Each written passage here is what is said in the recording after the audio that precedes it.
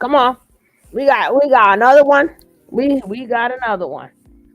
We stay loaded. We stay loaded up in here. We stay loaded. Now come on. Baby, come back.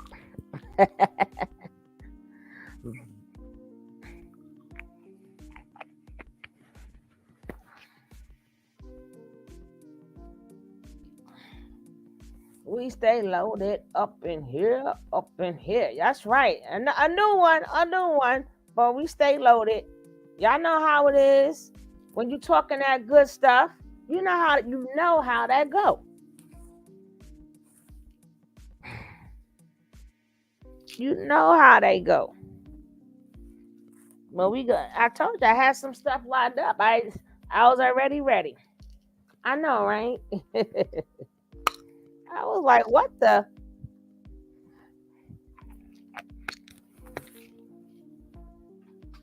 I mean, that wind is blowing out here too. Something terrible. Hmm.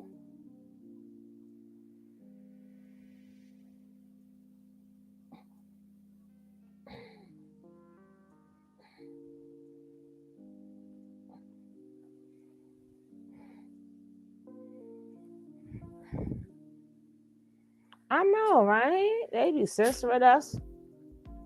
Well, see, that's because we could talk about ours. We could talk about Nature Boy all day. We could talk about Nature Boy all day because Nature Boy, he is known, but he not really known. He got like 20 members. 20 members is the most he had. He wasn't really abroad. He was struggling for money. These real cult leaders don't. So you can talk about that all day, baby. Hmm.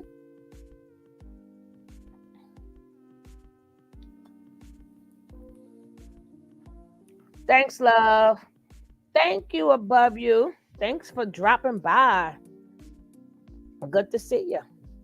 We're gonna talk about your boy, probably Andrew Tate tomorrow. I got you. Don't worry about it. I got you. But let's start this video. Let's just start this one. I think this young boy is of today. I think he's of today. But he looks so. I'm telling you, this is why I say I want y'all to see this in different faces. Cause look at this little boy. I said they don't cut me. Welcome to Psych IRL, my name is Donna. I want to start this video with a disclaimer. Every time I do a video similar to this one, I get emails and DMs. Also, I have no idea how to it. The surge of drama pertaining to popular YouTuber David Dobrik has brought up Now look at that. discussions look of at this. weird. Who would think this is a cult leader? See, this is why I wanted you guys to see that. Who would think this guy right here? This face. Look, this.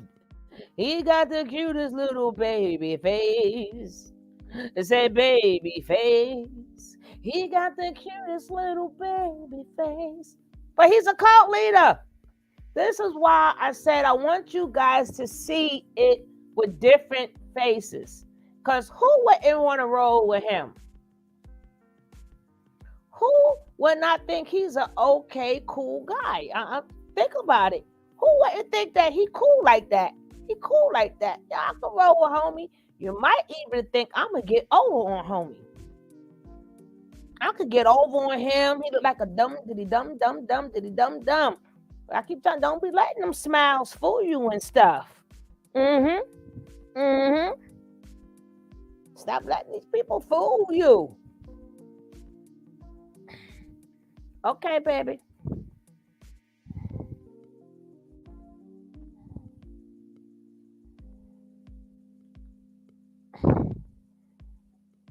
That's why I said, I just want you just to look at that face. We've been watching cult leaders. Man, still look at here.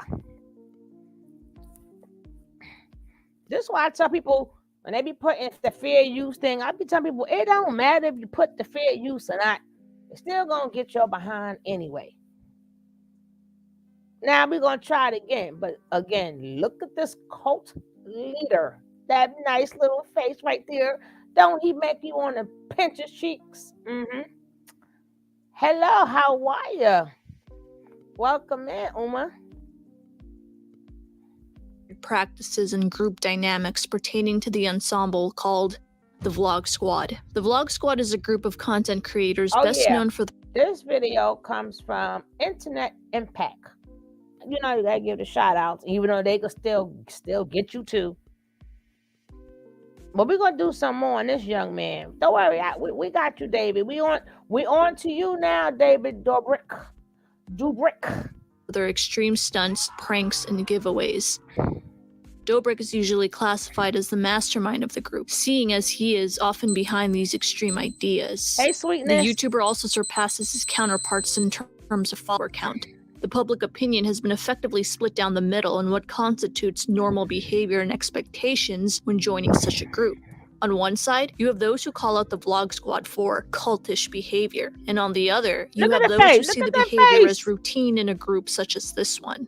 I think skepticism of this group is warranted. There are too many former members who've had bad experiences with Dobrik and the Vlog Squad. Ultimately, you don't see scandals like this coming out of Vsauce. By perhaps analyzing the systemic structure of cults, we can determine if the accusatory info of David Dobrik is an overblown hit piece or a dark and hidden truth to a brand-friendly organization.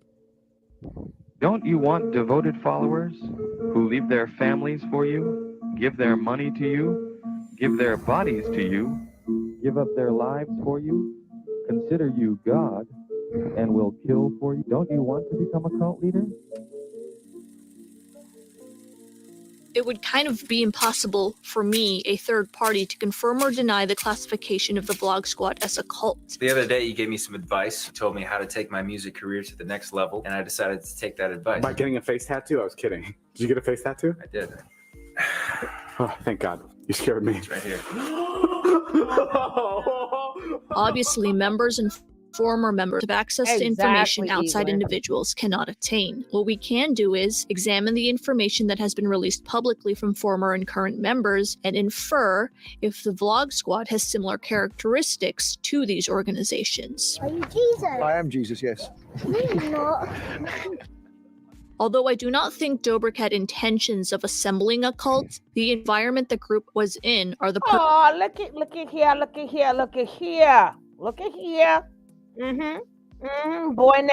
The boy next door.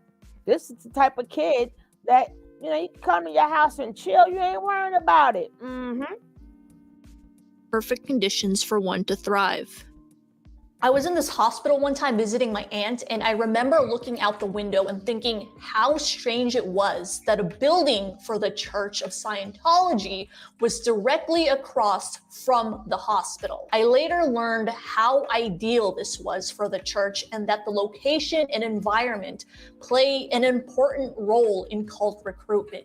In a survey of present and former cult members, data indicates that a majority of people being recruited were approached at a vulnerable time of stress in their lives, starting a new job, breaking off a new relationship, experiencing financial instability, or losing a loved one. These parties prey on people's vulnerabilities and disguise themselves as an answer to these people's prayers. So here are a number of things that make this building's location prime for recruitment. In front of a hospital is optimal for finding those who are in a vulnerable time of stress in their lives. They are in danger of losing a loved one, or have. They may also be experiencing financial instability because of the unexpected costs of healthcare in the US. Even more ideal is that this building is located in Hollywood. The city attracts This is why I tell you guys, when people ask, oh, people, Gary, hey Gary, people be like, oh my goodness, you know, people are stupid. They got in a cult. They got mental problems. Everybody got problems. And one of them problems may get you into a cult. Everybody doesn't have mental issues, but that could be a problem. Everybody don't have childhood problems, but that could be a problem. But whatever your problem is, these cult people, or these people who want the power, They plot, and they plot. They do a lot of plotting. So by the time you come to them, they already really know. They're taught to probably ask you a couple of times. They'll smell you out and they'll quickly move, or they'll stay on you. They'll stay on you. Oh, you need some hugs. You need some love.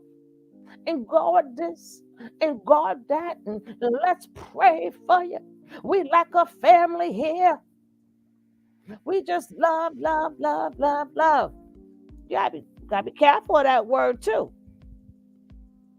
People say that, but I didn't see no action. Where are the actions at? I'm just saying.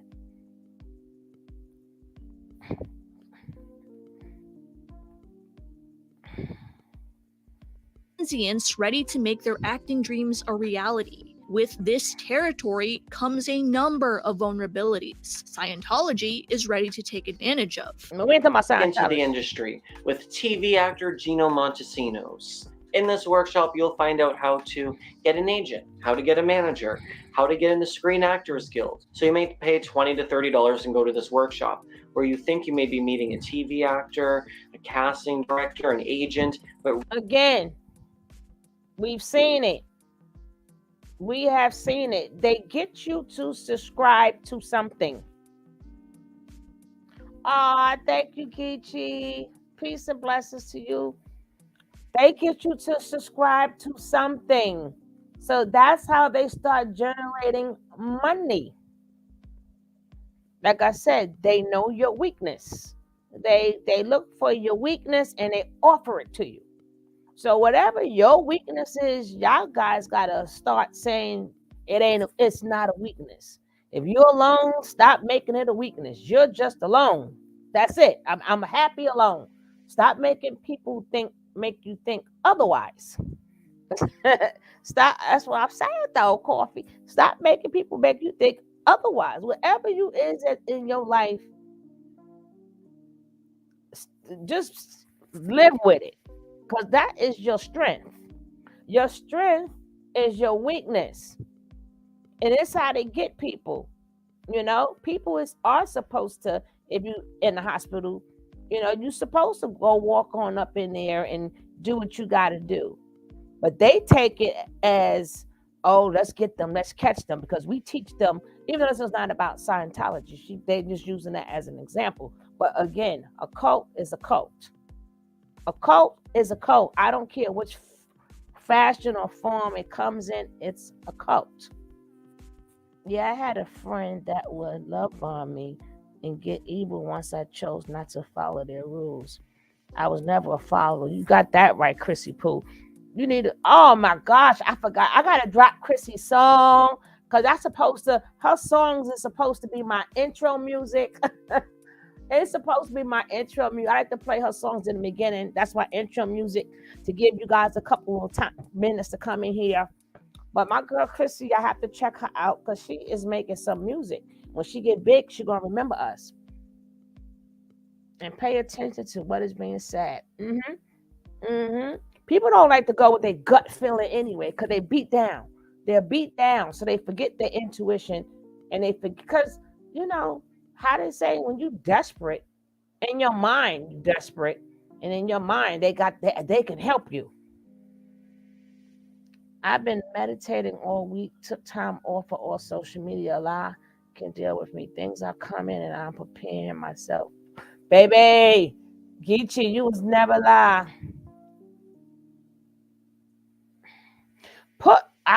Girl, you should have all your music on there.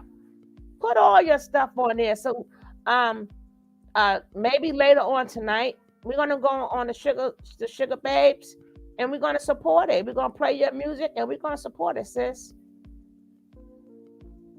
Of course, Gary. Matter of fact, this is Scientology. That's him. Let's go. Really, they are Scientologists, and it's going to be a very quick bait and switch to get you into the Church of Scientology, signed up for a course. Aspiring actors will purchase these courses in hopes it will get them to where they want to be. It's no surprise that Scientology chooses California as its second best location to hold its real estate. The environment is prime for recruitment. The Vlog Squad's environment works in an eerily similar way. Most of the early members were former Vine stars looking to make a name for themselves on social media. This dynamic ticks off quite a few boxes in our vulnerability list. Most members aren't native to California, so moving into a house together is very similar to having a new job. When I first got into the group, I was like 22 years old. I just moved to LA. I was just looking for a cool group of friends that I could kind of work with and collaborate with, that I can also be friends and also, have some sort of other interesting activities going on with. And that group, they were cool people when I met, and I liked what they were doing. In addition, the move results in the difficulties of maintaining personal relationships with individuals from their hometown, romantic or platonic. The early days of a career in social media aren't lucrative since view count is inconsistent. This leads to financial instability. Yo, they're shutting down Vine. They will be shutting down. Vine is dead. Found out one morning the Vine was done. Like, what am I gonna do now? And we were all in the same boat. Thank God David was there, like, filming vlogs while it was happening, because I honestly do not know where we'd be right now. All these checked off boxes makes members more likely to comply with actions that could possibly get them out of their vulnerable state. These actions most likely include content for David Dobrik's vlog. They make Jason make out with Seth, but Seth doesn't know that it's Jason. He thinks it's like a girl. Yeah, it's happened twice, okay? And so, I know every time like Jason will like take or something, or no, he's not. And so like Jason will take off his mask or whatever, and he's like, "What? Wait, I just made out with a dude." What do you mean? Wait, what the? You're being mad about the Seth. Well, that's not true. I was here. Mad about the Seth makeout thing is crazy. It's crazy. It's crazy. I said to you specifically, don't have a make out with guys, girls, moms. I don't care. Like, What if he was in a movie and he had to do that? It's not a movie. It's David's vlog. Imagine you give consent to kiss this person, and you think it's a scene. You're helping David Dobrik out with a vlog, and it turns out he pranks you by making you literally make out with someone you did not ask all consent for. If I'm like, yo, you trying to kiss this girl, put on a blindfold, and I make you kiss a dude? What you mean? That's this nice young man. Canada invites That's you nice, to go nice on. young man. Where you can eat this. Chill here. It's not like David is sitting there like, "Oh, you have to do this. You don't do this, you're out the group." I told you guys. That's what I'm trying to tell you. I want you guys to see the same tactics, but with different faces. Look at here. Somebody don't give this boy some oatmeal cookies, some chocolate chip cookies with some milk. That's what he looked like. Here's some lemonade.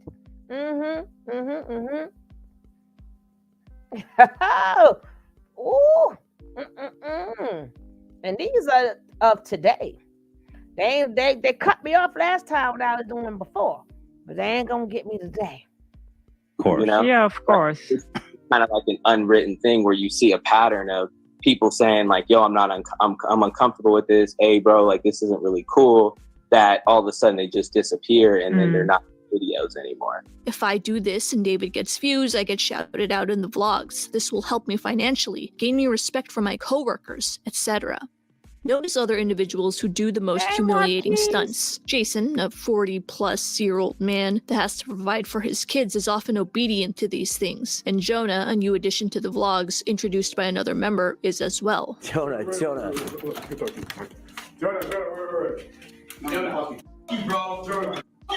Obviously, these two have not come out to say that Dobrik's antics are abusive to them. That's not my point. Oh my if they're goodness. okay with this, then Take they're them okay to with the this. My wall. point is, the more vulnerable you are, the more you are willing to do for the vlog, even if it violates your own personal boundaries. see Members who are Homeboy- not in a vulnerable Hold up. position are not susceptible to humiliating tasks. Lies Did y'all see homeboy taped to the wall? Dag, nabbit. Where's that? Damn, homeboy taped to the wall. That's messed up. That is messed up. Where they at? Uh-oh. earliest scenes of her in Dobrik's vlogs involve Corinna as the butt of shaming jokes and performing actions she wouldn't normally do if she were financially stable. I decided that I kind of broke right now, so David said he'd help me out, and I'm gonna get a tattoo on my finger. It's gonna say David's blog. He's paying me a small lump sum of money to do it. Greta, what are you gonna do now with your new tattoo? Are you gonna show off to other people how stupid you are? The more established her career became, the less these bits were prevalent in Dobrik's internet videos. Traditional media faces similar problems because it mirrors this dynamic. Many are willing to partake in risky behavior for a chance of high reward. The difference is, over the years, many interns, writers, and up-and-coming actors have fought for laws to be passed in order to protect themselves. While Hollywood still has its shortcomings, the social media space is even more deregulated. Along with the natural environment the Vlog Squad is placed in, the internal structure of their work environment is very similar to that of a cult's. The desire for these individuals to launch their entertainment industry careers inadvertently creates a work structure that's top-down. Destructive cults are often authoritarian and structurally top-down, with a single leader on top and a smaller inner circle immediately below. At present, Mr. Moon is regarded as a messiah. I shall be God, and beside me there shall be no other. I am the flesh of the Word of God. Since the goal of the Vlog Squad members is to get their follower count up, members naturally fall into place in this structure based on follower count. Members with the highest follower count are on top, while those with lower follower counts fall at the bottom. Reasonably so. This member can ask a lower ranked member to do something for their video because the lower ranked member will benefit through exposure, while the higher ranked member will benefit through low cost labor. What happens if it were the reverse? This lower ranked member asks the higher one to make a video. Well, there wouldn't be. Now, that's what, what's his name? We're gonna go back into him. The one you guys love so much, not you guys, because you're smart. What is this? Stephen Tate. That's what Stephen Tate. That's how he made his fortune with his Hustlers University. That's what he did. And then people thought they was making money, but he was really having them sell his school. He had them selling his school, pyramid, all that other stuff. They are exposing, so now it's time. They are in the works of making it legal. You got to put X there, Geeky, so that makes it legal for grown. Andrew Tact. Oh, thank you, Andrew Tact. Yeah, but that's again, same tactics, different faces. Only thing you guys are paying for in all reality is the charisma. That's it. You're paying for that, but as we see, this one don't have none. See, this one right here, see, people got to be careful what you ask for. This David one, see, this is why he would have had to have, some people who have to walk around. I know, thank you, baby. I couldn't think of tape, but you did. Some people got walking around with restraining orders and stuff, because people do these type of things, and we talk about them all the time and think that they're so, we call them names, we call them stupid. I mean, we have a lot to say, but in all reality, this is what's going on in large numbers. This is recently. And usually, besides the nature nut cult, is usually large numbers. Some people got thousands, 10,000s of people in their cults or in their gangs or whatever you want to call it. All of them wasn't mental. All of them, but all of them felt a need for something. A need for something. A need to be loved, a need to help the world, a need to shine, a need to want to get money. Who knows? Who knows? Because we didn't stop and ask all 100 over these hundreds of thousands of people. We think about all the people that was in a cult remember, cults started thousands of years ago. But they already shut me down. They already shut me down once. Let me just let this finish going before they shut me down again. Be much incentive for the higher member to partake. They already have more exposure than the lower ranked member. This is why you rarely see Dobrik partaking in any humiliating scenes, even on his friends' vlogs. David never puts anything about himself in the vlogs. Wait, you know that too? It's really, dude, he always gets something bad. Every time one of us does something that's a little bit weird, he always puts it in and he cuts out everything he does says. It's so true. If we edited this vlog, it would look a lot different. Healthy organizations have in place a checks and balances system to prevent any individuals from taking over. Established workplaces have a human resources department. Laws are instituted like the Occupational Safety and Health Act to protect employees. Although this structure based on follower count isn't explicitly verbalized to Vlog Squad members, it's subconsciously followed due to members' desires to further their social media career. David Dobrik even addressed this in his second apology video. And I want to be able to have a place of checks and balances. I want to have HR, and I want to be able to have people communicate discomfort in a way that's comfortable to them.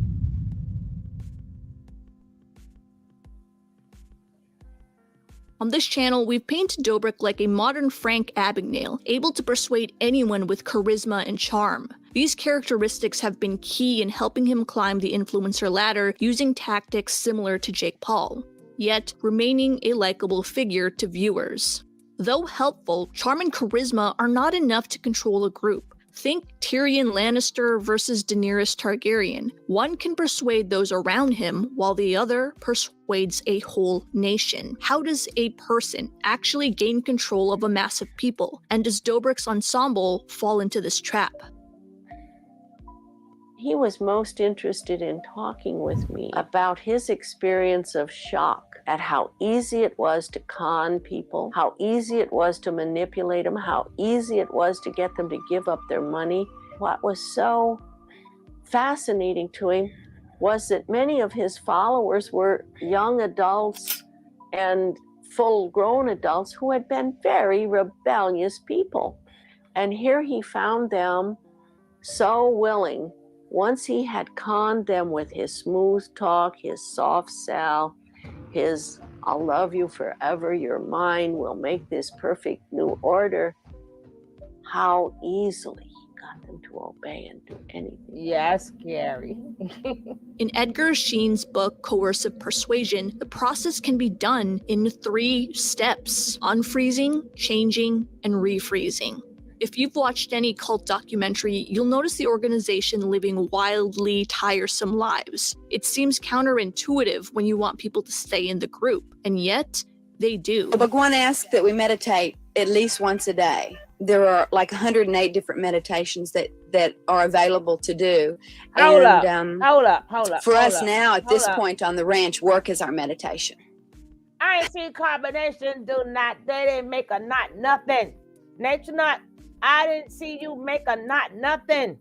At least they building their own stuff and their own food and stuff. Nature Boy, that man didn't even use a damn hammer. Well, let's go. Tell Nature Boy's fired. These real cults are making stuff. They got money, machinery, and stuff.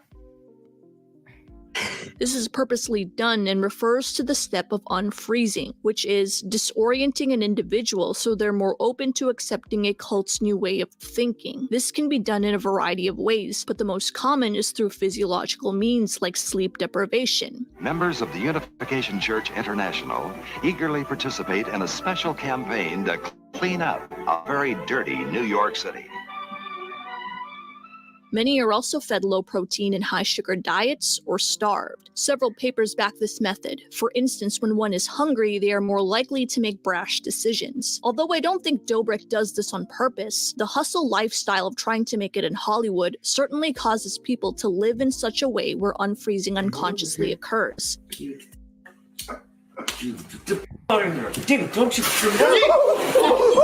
Your hours aren't set like they might be in a traditional workplace. You're constantly overworking in hopes of making a name for yourself. Meanwhile, you may even be taking a part-time job so you can eat and pay rent.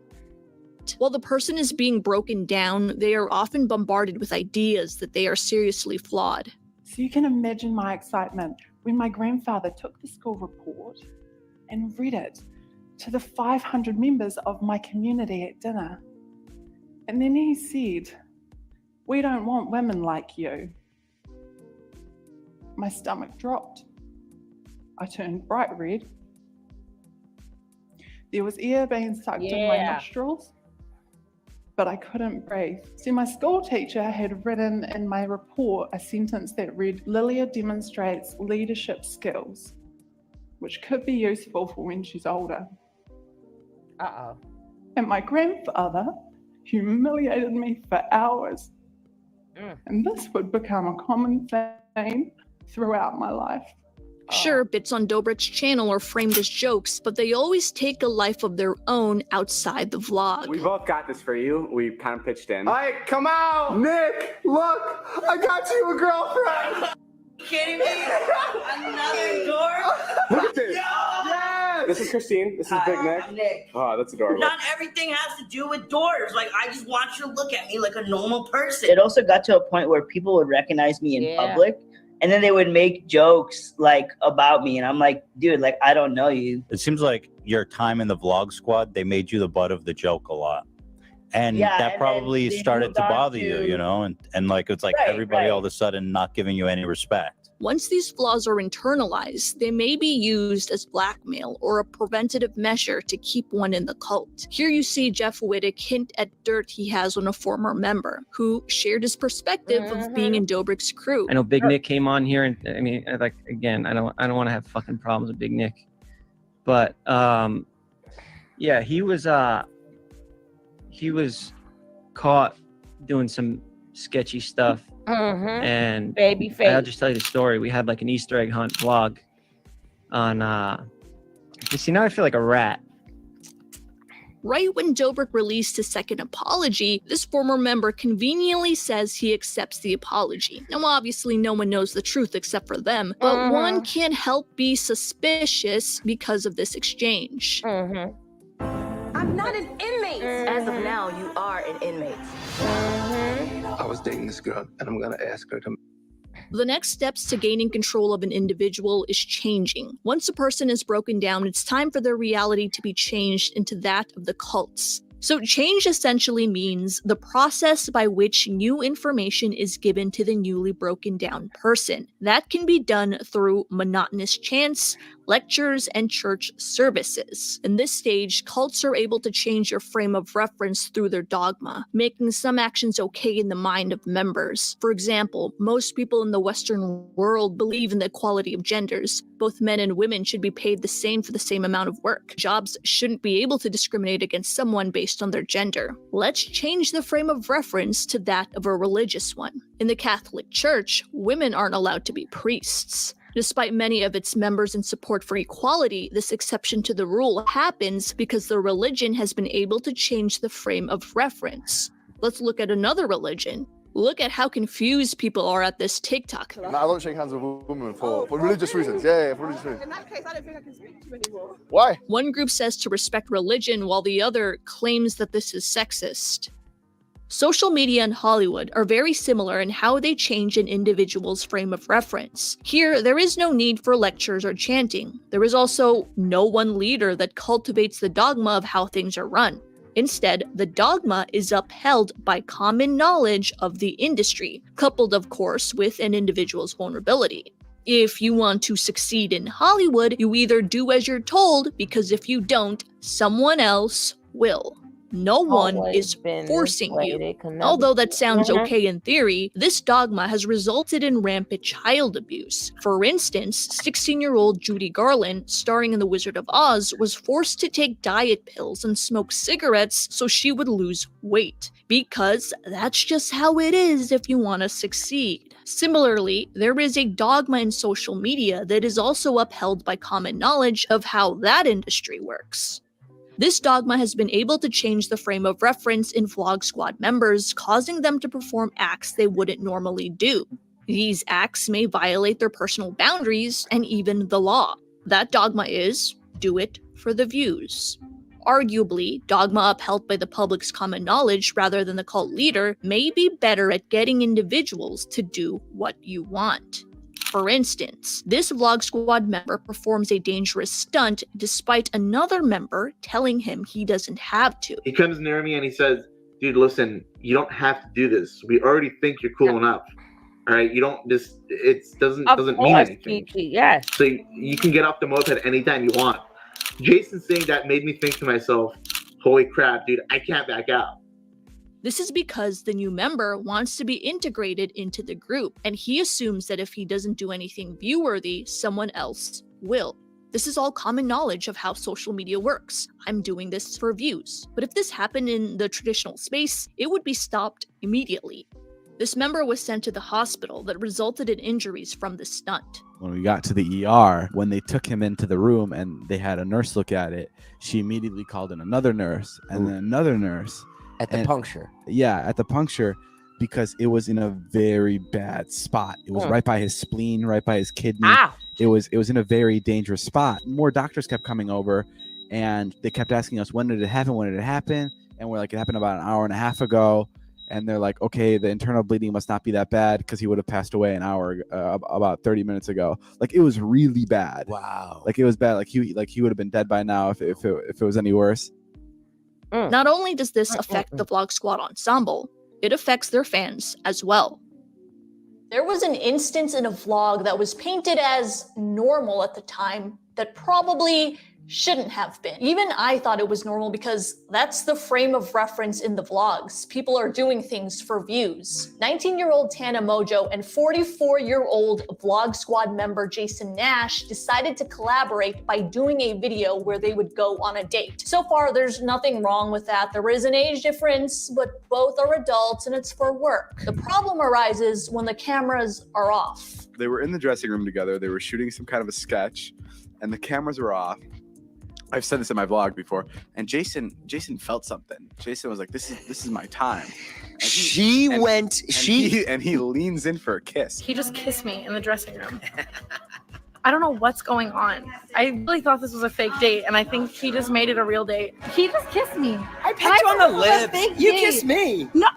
You pecked me on the lips. I will fight you right now. Literally, I will fight you in this moment right now. You wanted me to. See, the viewer is under the illusion that this is a glimpse at a random outing, but Tana and Jason are actually meeting for work purposes. Now, you hear what he said. I didn't kiss you. You kissed me. And then she says, well, stop playing with me. And then he go, well, you wanted me to. Now, if whoever has the most followers, they're going to believe him. They're going to believe that's what she wanted. See, it gets tricky. This is why these ladies, I know it's about the views, I know it's about the click, and I know it's about the money. But guess what? I may show him, Gary, but violation comes with that too. Being violated comes with that also. And it ain't gonna be so many times you're gonna be able to go to the court. But the one who's causing all of this, Nick, is oh, she looks so cute today too. Nick looked like she was ready for a date today. She looked real cute today. But it's the nice looking boy, the nice looking boy from the next house, or the nice one that you don't know is you don't see, and he doesn't have the charisma, he doesn't have the flash, he ain't got the gift of gab, but he is controlling all of these people. Mr. Babyface, he got the cutest little baby face. Make you want to just pinch his titty. Look at him. That's why I said we got to start seeing the same tactics by different faces. They get paid handsomely for making videos such as this one. Vlogs do such a great job at changing a viewer's frame of reference into believing inappropriate behavior is okay. Because if everyone else is laughing, then that means everyone in the video was cool with this. What viewers fail to realize is that things are edited so they're unable to attain the full context of what happened. If you were to really examine the situation, it's no different from someone in the traditional entertainment space who uses their power and influence to trade opportunity for favors, if you know what I mean. The purpose of this outing was a YouTube video and nothing else. You hear a lot of female artists saying, like, it's difficult to navigate because you don't know if someone actually wants to work with you or they're just trying to. Because vlogs are often framed as regular people doing regular things, viewers are manipulated into believing this situation is different. It's not. This is a business move. Though Tana has not called out Nash specifically, she has alluded to famous older men and their influence to take advantage of young TikTok girls. She also left a comment on Trisha Paytas' TikTok that discusses Jason Nash. This frame of reference change has affected viewers like me. 2 years ago, I uploaded a video called How David Dobrik Manipulates His Friends. Despite the title suggesting that I have been aware of this problem for a long time, I also say this. Before you David Dobrik stands kill me, I don't necessarily mean manipulation in a bad way. I just mean that he has a certain charm about him that helps him get his way. This is a positive video of How David Dobrik. The resurgence of the vlog Squad's dark past has also resulted in the resurgence of that 2-year-old video. 3 very interesting responses came about from the new popularity of that video that suggest a lot about human behavior. One group of viewers felt that I was very intelligent for spotting Dobrik's manipulative actions way back then. Another group felt like I spotted the behavior but was too scared of the stains to truly explain how I felt. And the last group felt I was really dumb for praising bad behavior.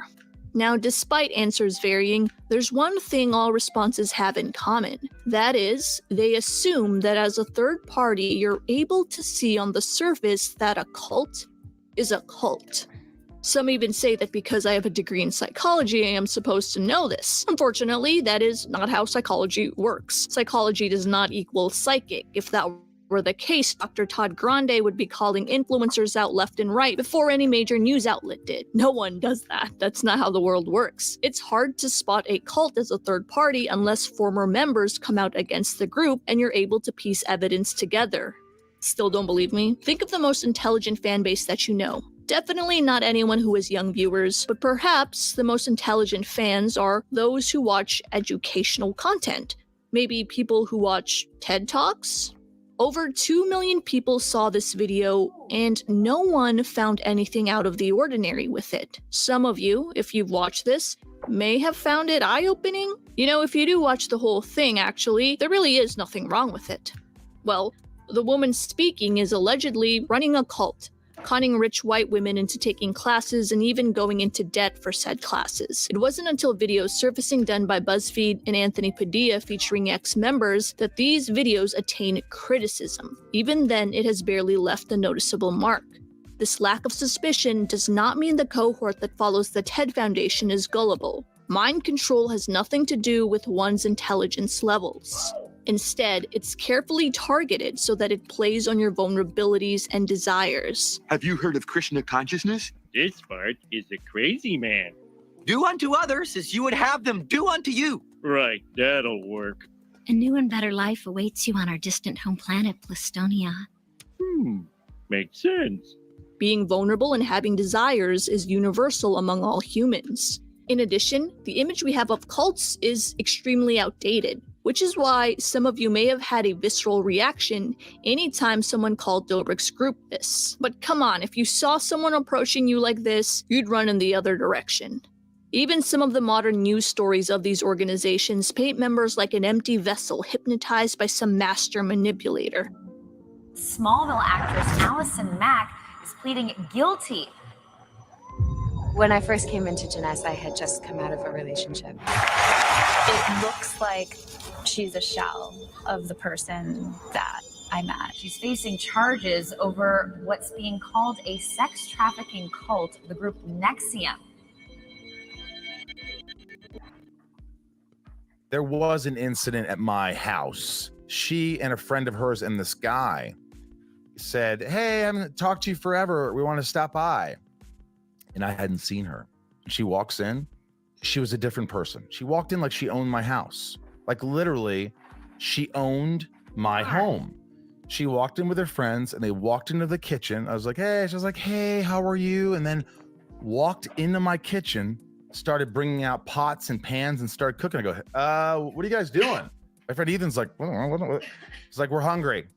After a while, I just felt uncomfortable. I was like, "Well, hey guys, like that's it. Come on, let's." And I kind of asked them like, "Hey, you might want to leave soon." And I was kind of be nice. The guy turned almost violent. He was violent. Like Who is he? I can't remember what his name. I don't, because I didn't care. I just was like, who the fuck is this guy? Very angry and like, just, I think he was on something. He was like, and he just started kind of cursing at me and Ethan. I was like, you. I'm like, all right, you know what, buddy? I don't know what this is about. You just come in, you start cooking in my house.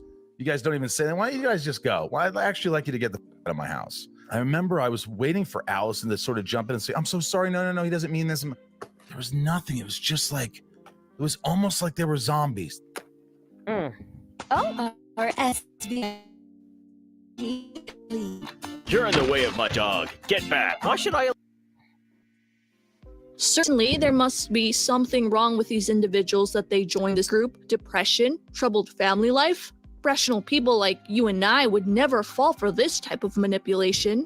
Why do humans make this assumption? Why make the assumption that you, an outsider or any outsider, should be able to tell that the group is bad based on surface level information? Thank you. First, accepting that mind control can be effectively used on almost anybody challenges the age-old notion that human beings are rational and in control of all their actions.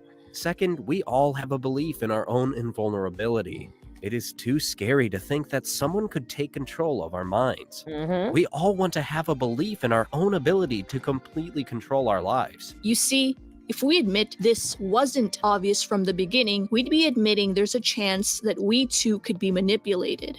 That very element is why victim blaming is common in these situations. There must have been something about that person that caused that bad thing to happen to them. Because I don't do that, that bad thing won't happen to me. The big misconception is that you'll be able to spot a cult and be like, I'm not going to fall for that. But what's surprising about cults is that they can actually come in many forms. It could be a religion, it could be a business, a motivational seminar. No one's going to walk up to you and be like, hey, you want to join my cult? People say all the time, don't victim blame, but I don't know if they know what it is they're actually saying. According to Hassan, anyone can be a victim of mind control. So if I were to ask you that question on Instagram, what type of person is easily brainwashed or manipulated? The correct answer should be anyone. Let's see what you said. Woke people. People who are on the internet all the time. A libtard, brother. Hell yeah, they need some education to make them smarter. Kona. Gen Z. Boomers. I'm sorry, but Karens. Someone in some kind of vulnerable state. I will say that one translates to anyone because everyone has been vulnerable at some point in their lives and will still continue to be vulnerable at certain times. This answer is also acceptable. Young children who haven't had time to form their own opinions yet. Insecure people who will do anything to fit in. Weak-minded people. Someone desperate for a purpose. People pleasers. Insecure people. No strong values of their own. Uneducated, sheltered, naive people, uneducated. To give some of you guys credit, a minority of you did answer with everyone or anyone, literally everybody, as long as you're hearing what you want to hear. Very true. Anybody if you know what's important to them. As you can see, a majority of answers believe people easily manipulated have some sort of defect about them. This couldn't be further from the truth. Remember, when viewers of this TED Talk and whoever was in charge of this thing were fooled. We don't want to believe that we are vulnerable to manipulation as well. So sure, maybe when I made this video 2 years ago, I was able to see behavior that was manipulative, but the frame of reference given to me was one of entertainment, just like Dobrik's other 18 million followers. This was a show, just like Jackass, and everyone gave Dobrik consent. Now that you know, cults recruit people from all walks of life, social media changes the frame of reference for the Vlog Squad members and viewers, you begin to see just how damaging comments like "it was obvious" actually are. Not only can you respond by saying, well, if it was obvious, why didn't you make noise in the beginning? Why is this energy coming just now? But it's also one step away from victim blaming. Although I think most of these people are coming from a good place and are not actually victim blaming, their "it was obvious" argument fuels those who actually are victim blaming. Because if it really was obvious from the beginning, victims should be able to avoid situations like this altogether. The reality is anyone can be a victim of manipulation and cult recruitment. In this case, viewers too are susceptible to whatever the influencer paints their image to be.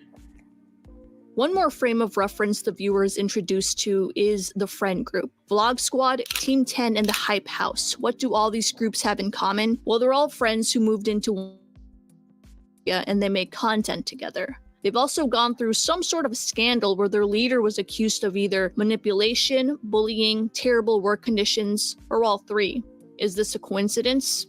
Maybe not. Again, where is Vsauce's scandal? Although viewers perceive these groups to be friends, it's very difficult for that dynamic to exist when there is an imbalance of power. David he's like the boss, you know, he's the authority figure, he's the person that's in charge, and it's like you're gonna kind of talk to your boss a little differently than you're gonna talk to someone who's just your friend, you know. So I was just trying to communicate with him, like, you know, like I really didn't like that, like please don't do it again, like I'm not, you know, interested in being involved in any sort of content like that. I feel like it's wrong. I couldn't really approach the situation like, hey bro, if you do that again, like I'm fucking out. Healthy friendships are equal in a give and take relationship. You buy your friend dinner, they may get you next time and buy you lunch. Employer and employee relationships are unequal. The employer tells the employee what to do so that the company succeeds, and the employee does it. My theory about these groups, often started by people in their early 20s, is that having these two types of relationships is a difficult upkeep. If you remember the part that she said, Marquise, it depends on the part that you hear. See, this is, remember, I'm not going to rewind it, but she said a lot of people get duped into these things because sometimes it's the part that they hear.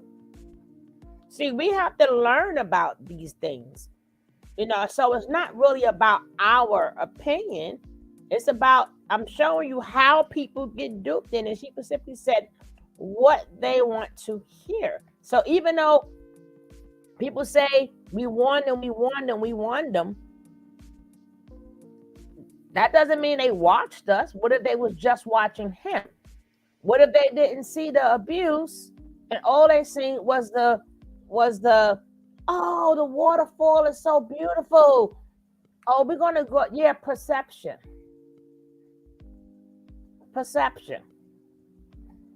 Or they may see it as, I want to learn these things, so I want to become my own coach. Like, just like a lot of people, when they go to like these little the Chinese karate schools or something, move, dog. Damn. A lot of them go because they want to become their own master. So the best person to learn from is the master. That's why a lot of times you think a lot of them escaped the cult. A lot of them didn't really escape the cult. They got all they can get out of it, and then they'll start their own. Just like churches. A lot of people don't get kicked out of church. They leave the church, and then they'll find something wrong with the church and say, hey, I'm starting my own because this church, blah, blah, blah. I have a better church. That's how we got 3 or 4 churches on one block.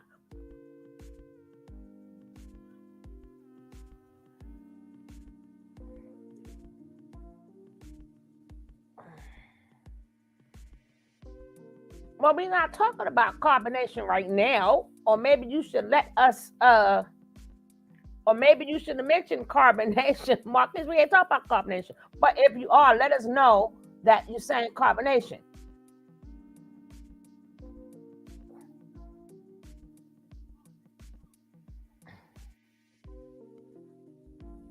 That is dope. Why you? Oh, go on there. Go somewhere. Thank you, Sonia. So you got to remember, a lot of these people, right, and and you got to remember, when we finish, a lot of them, they know how to hypnotize you too. They know how to say certain words to hypnotize you. But we'll get into that a little bit more further, maybe not in this video, but we're going to get into how to hypnotize people. We're going to get into a lot of different things. A lot of different things.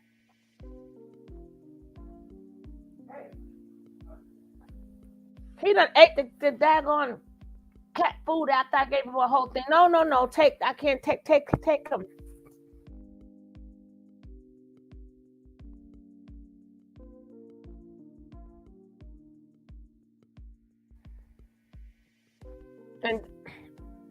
And nobody know where they're gonna be in their life. You know, just like a lot of people join a cult not knowing because they were like, oh, don't take that medicine. Go the natural route. Knowing that they needed that medicine, and now they end up in a cult because they told you that you don't need medicine. Oh, the medicine is too much. And you're thinking, Dad, I only get one check a month. Everything go to rent and medicine. I don't know how I'm gonna eat. And then somebody comes along and they tell you, oh, try this herb, try this herb, try that herb.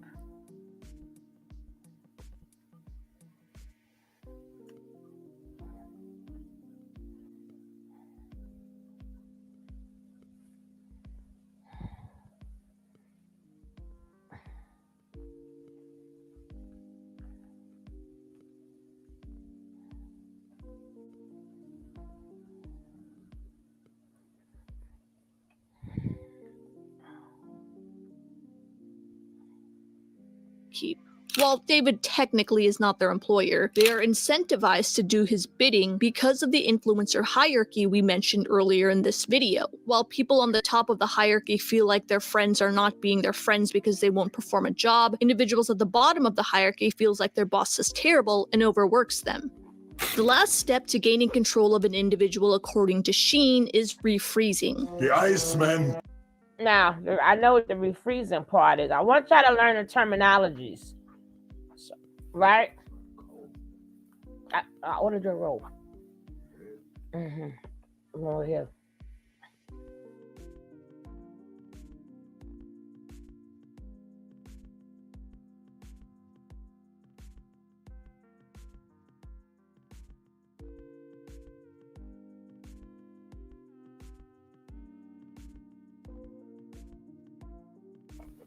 See, you guys got to remember.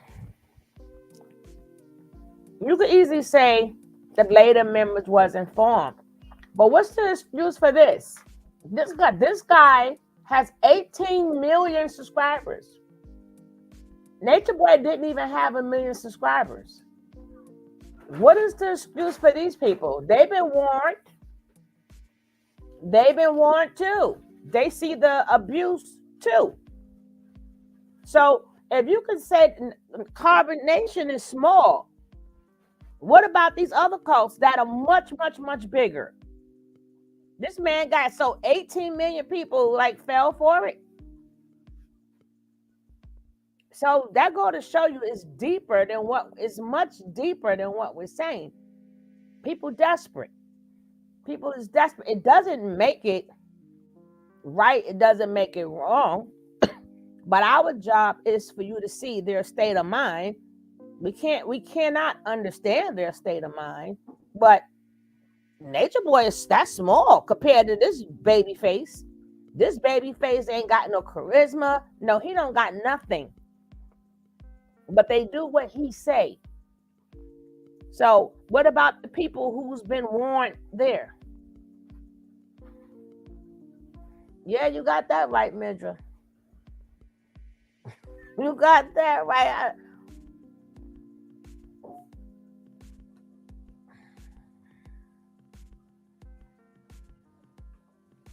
Hey, Precious. That means he has that many trolls. Well, hey, if you're a troll and you watching me every day, you are no longer a troll. You're a fan. And that many more folks that have been burnt by them in the past. That happens all the time. So, I mean, I don't understand what you're saying because we're not feeling sorry for none of them. We're just letting you know the people that's going into the cults, Marquise. But I'm not saying feel sorry for them. I'm not saying that. I'm just saying this is what's going on. So it's not about, oh, feel sorry for them. No, this is what's going on. So at this point, this is what's going on in our community. I'm just showing you different faces and different ways that is going down. Why? So you can spread the message. Spread the message. People are watching these dumb things. And they give their money to these things, not knowing that they're giving it to cult members.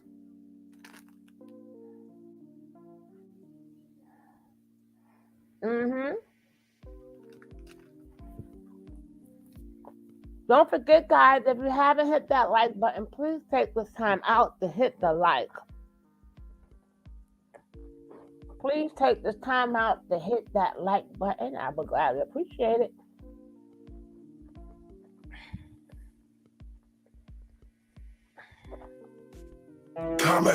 This step refers to their cult identity being built to replace their old self. Cult leaders must be sure that the individual's new reality can't be shaken, that their new beliefs and values must be completely internalized. Here they are given a new purpose in life, with new activities. These lima beans are even better than the ones we had for breakfast and lunch. We hate it here, and your family wants to leave. No, we don't, Mother. We love the leader. Coincidentally, the influencer lifestyle most likely does not look like the lifestyle you had back home. To help refreeze the members' new identity, some cults give them a new name. Guys, just to clear this up, my name's Nick. It's not Jonah.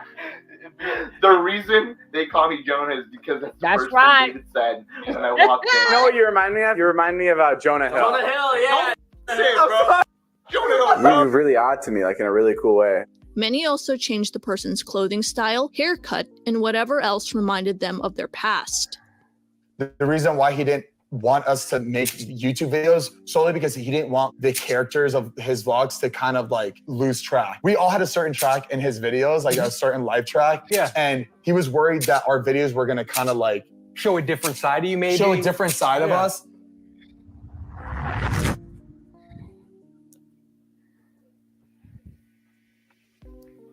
In his book, When Prophecy Fails, Leon Festinger described a cult believing in UFOs and flying saucers, whose leader claimed to know when the end of the world was. He told them he was in contact with beings from another planet, and because the end of the world was coming, they should give up to him many of their material possessions. They did. They gave him their homes, their money, while they stood on a mountainside waiting for the extraterrestrial beings to beam them up and save them from the end of the world. Beam me up, the next buddy. morning, the group saw the end of the world never came. Although a few became angry with the leader and used the event as a stepping stone in their decision to leave, this event made most individuals believe stronger in the group. Fast forward to this situation and we see Dobrik's crew follow suit. Although many have spoken up about the toxicity of the vlog squad, several events have resulted in members being injured, damaged personal branding, vlogs having violated a number of people. Basically, there is a mountain of evidence that suggests there needs a change. Why do other members still insist on protecting the group? No two bodies are the same. Some pads never got that message, but Always Flex Foam did. They had to leave that commercial up there. Unbelievable. Unbelievable.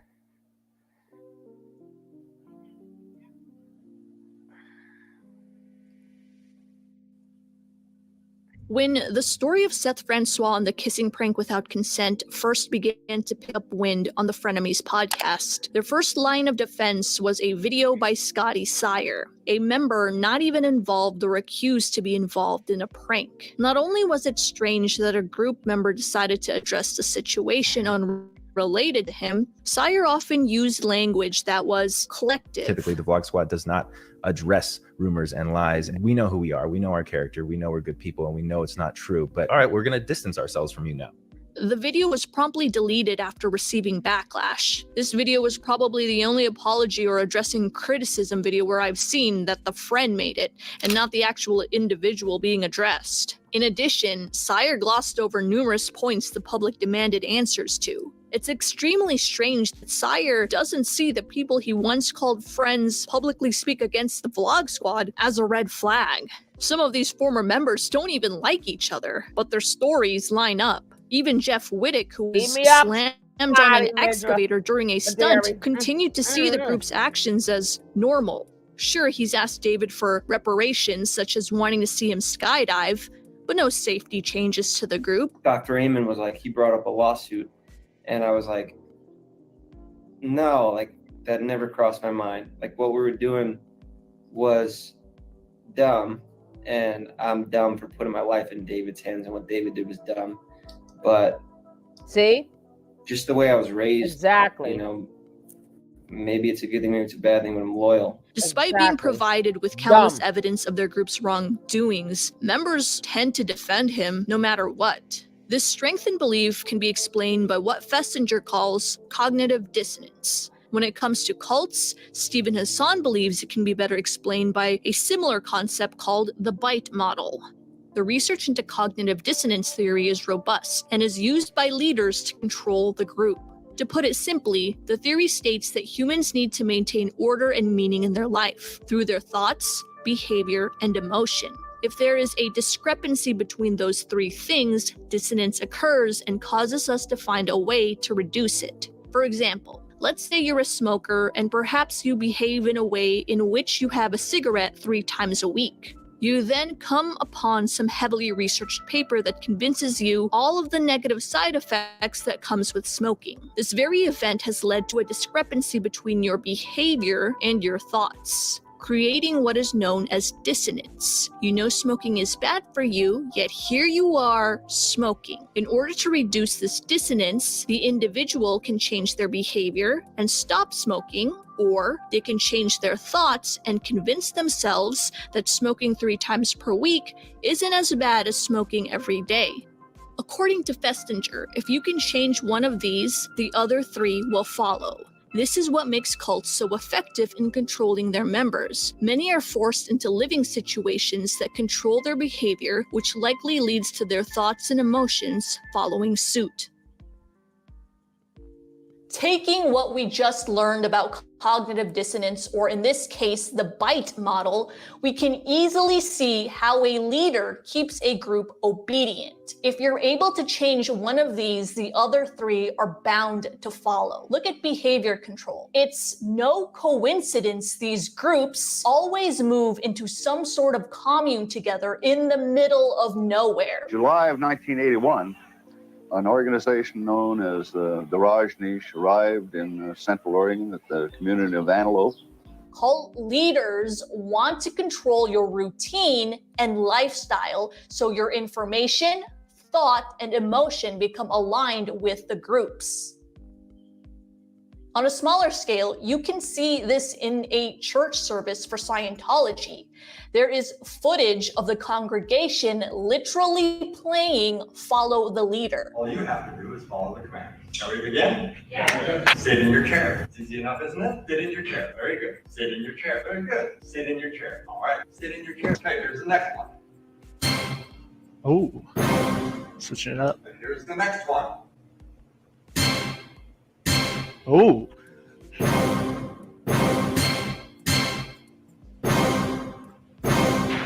That's right. I mean, sure, it looks like no big deal, but the function of this exercise is most likely to prime you into letting Scientology control your lifestyle. Get used to doing something small at first, and then the ask becomes bigger and bigger. We've already touched upon the behavior change with Dobrik's crew. If you're moving to LA to achieve your social media dreams, you're changing your lifestyle.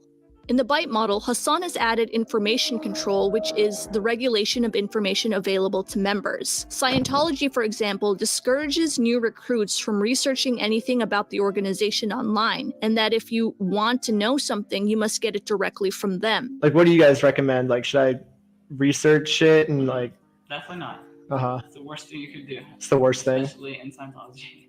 You don't think it's good to sometimes look at the negatives just to see like what their mindset is? Yeah, we usually only deal with truths, Uh-huh. which is only found when you observe it for yourself rather Uh-huh. than reading someone else's thoughts. This element in the model isn't really applicable to Vlog Squad individuals. They're all free to have their phones and computers. This is more applicable toward Vlog Squad fans, and it actually describes fans of any influencer. Fans only see moments that have been crafted to show them their favorite celebrity in the best light possible. That's done through editing and branding. If a video gains negative attention, Dobrik's MCN has also been known to wipe the internet of said video. David clearly has some protocol with his MCN with YouTube where if anyone uploads this clip, it automatically gets blocked, which leads me to believe that David is in some form trying to suppress content that makes him look bad. People flip-flopping on the James Charles situation is the best example we have of this. The guy literally went from guilty to not guilty and now back to guilty. Imagine if he went back to not guilty. Damn. This event shows just how much withholding information or making it public can make or break public perception. An unforgettable.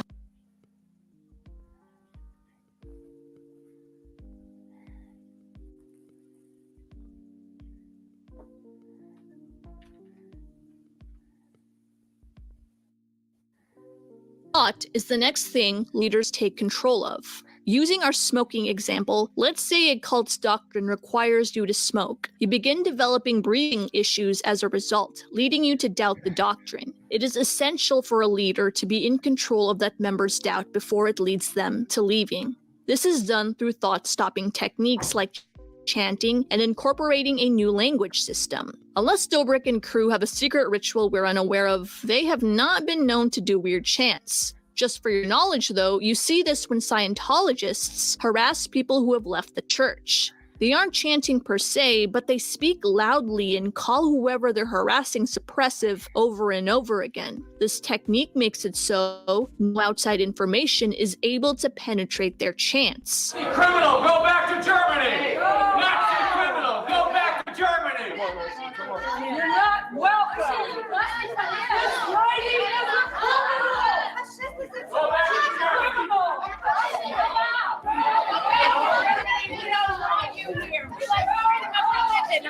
We like freedom of religion. In her smoking cult, that Now,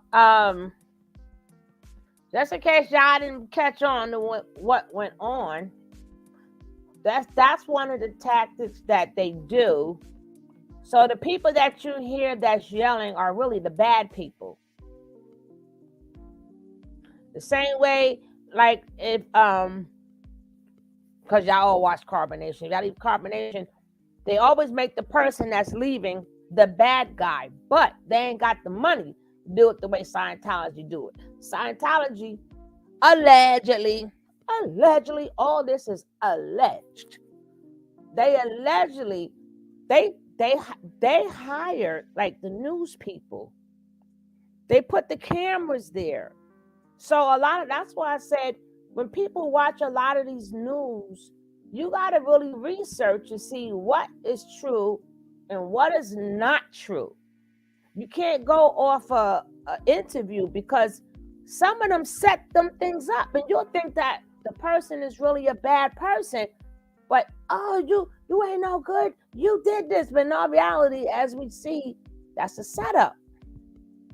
That's a setup. So the innocent person's voice will never be heard. Or if you do hear from the innocent person, they already paid people or have the public perceive that you are the bad person. So it's not like they're yelling at the bad person. That's the bad people yelling at the good person. So I just wanted y'all to know, just in case y'all didn't understand that part. Hey, Zaire. Oh my, that was on the Flintstones. That's what I was saying too. That's what I was saying too. So maybe they just put that in there because I sure enough missed that one. No, that was just to be said because it's a setup. It's a setup. It's a setup.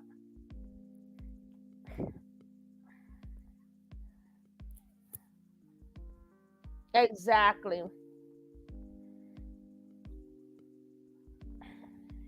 That would be like chanting smoking is good for you over and over again until those doubtful thoughts disappear. Incorporating a new language system is more of what Dobrik's crew does.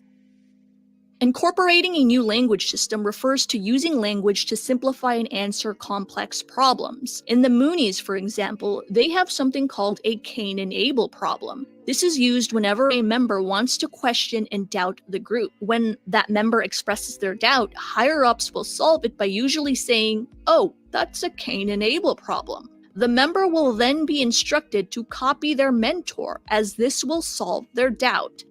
It's essentially like telling them you feel sad, and then they'll solve it by saying, well, if you copy this elder, you'll feel better. As we've said with the Vlog Squad, problems are solved with the phrase, "do it for the views." You can see this use of language when they prank member Jonah into believing he attained a big movie deal with Seth Rogen. Jonah is devastated when he learns this was all a joke. He asks them why they did this, and their answer is essentially, "for the views, this is just what we do." It's what we do. It's why we do it better than most people. Because we literally make people want to end their own lives. Dobrik doesn't state any clear boundaries or guidelines. It's just, this is how it is. Usually, the doctrine is absolutist, dividing everything into black versus white, or us versus them. We know who we are, we know our character, we know we're good people, and we know it's not true. All that is good is embodied in the leader and the group. All that is bad is on the outside. The doctrine claims to answer all questions to all problems and situations. Although it sounds silly, the phrase "do it for the views" embodies that doctrine to a T. Members need not think for themselves because the doctrine does the thinking for them. Things are done for the numbers, even though it may put you in danger. Even those who defend Dobrik don't really have a good argument to why dangerous and non-consensual events happen. It all gets reduced to, that's just how it is when you join this group. But influencers are not exempt to ensuring safety to their cast and crew. If large corporations have to do it, so do they. So the new language of the group is meant to explain to a member why they are doing what they are doing. Do it for the views. There is a common pattern of emotion within all cult members. A number have expressed their feelings in the group to be very black and white. You're either very loved in one moment or very hated in another. There is no in between. It was this weird dichotomy of like feeling very special, but then never really being good enough. There's a movie called Midsommar that really encapsulates this feeling. The best way to describe it is emotional confusion. Upon the end of the movie, you don't know whether you should be happy or sad for the protagonist. Not only does director Ari Aster successfully illustrate how mind control groups recruit individuals, but the film effectively manipulates the audience as well. Midsommar follows a woman named Dani, who has been scarred by the death of her sister and parents. Her boyfriend is an emotionally distant man who seems to be annoyed by her needs.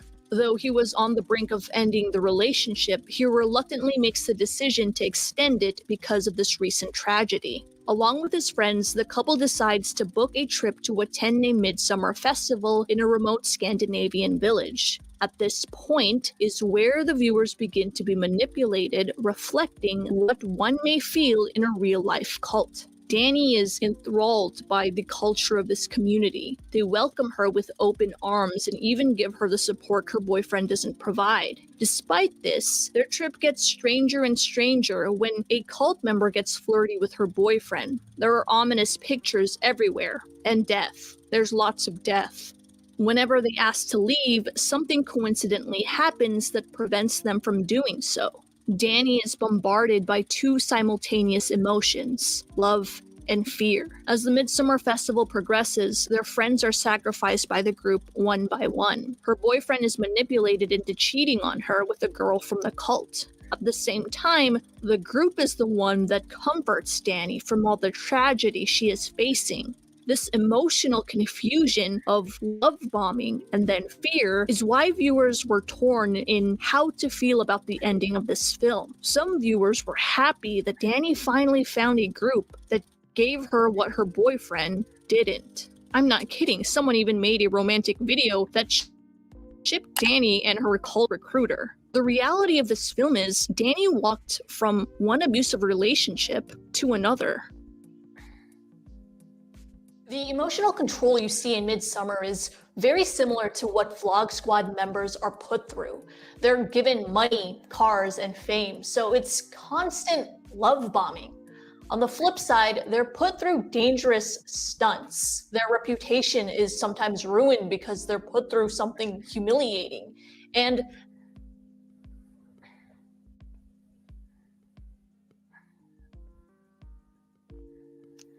don't worry, we will get back to him. That's what I'm trying to show, Zaire. I'm trying to show you guys the same tactics with different people. It's the same tactics. Because we get so connected to the character of Eligio, we forgot that it's a character. But we have to look into the behavior. We got to look into the tactics. Because I wanted y'all to see that nice looking young man. Look so nice. You wouldn't believe he is the head dog. You would think he at the bottom, he at the top. It don't even look like he can shoot you a fair one. Like, come on, put him up. But he control. This boy got 18 million people. So 50 might sound like him.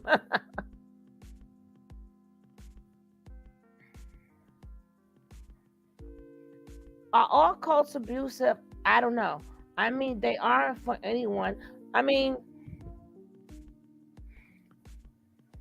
you have to explain abusive because physically and mentally is both abuse, and emotionally is even worse because, as you see, a lot of people can't heal from that emotional abuse. Anytime you got to do what they saying, you don't have a mind of your own. That's abuse. I know he does like exactly the prevention of nerves. I think anybody trying to control another. Yes. Yes.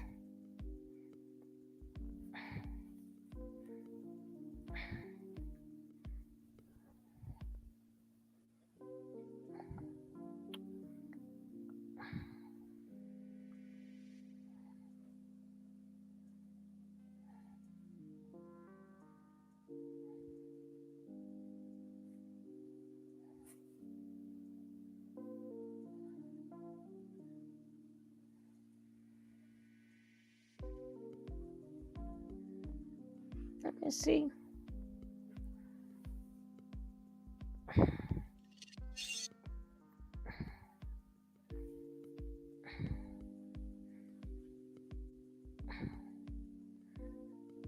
I don't know how I got to this. I don't know how I got to this. But I guess this was meant to watch. No, I'm telling you guys, I don't know. This particular video I did not have in my queue. This video came out of nowhere. So I guess it was meant for us to see. This one kind of shocked me. Maybe we need to. He looked like Nature Nut. Look, with the brown jacket on. He looked like a Nature Nut, a young Nature Nut when he was 40, and he's still 40. But let's check this out. I don't know. It came out of nowhere. It came out of nowhere. And don't strike us because we ain't know you was popping up here.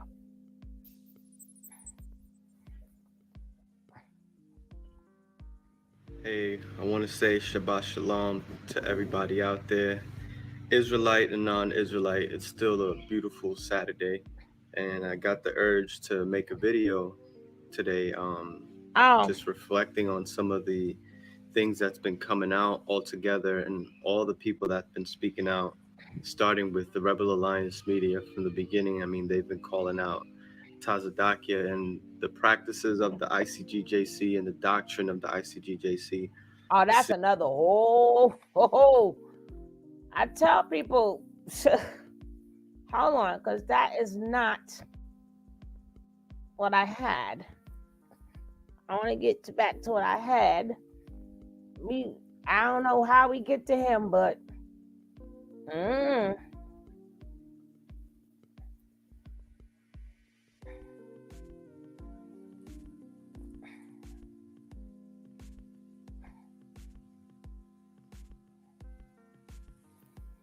I can't find it. That's crazy.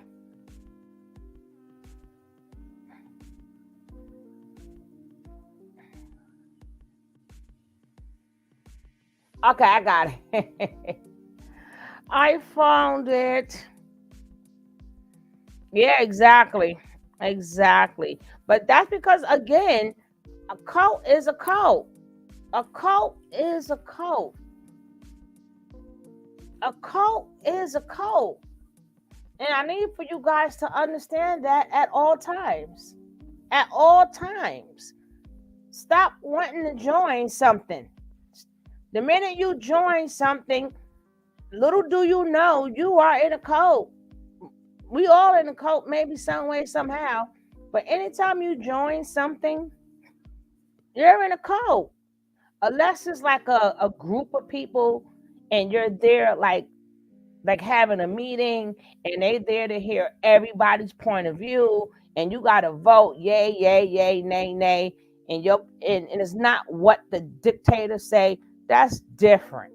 That's different. But I'm talking about far as these different groups or whatever. Yeah, because these groups, oh, these are good groups. Look at, you gotta see what have these groups done to help anybody.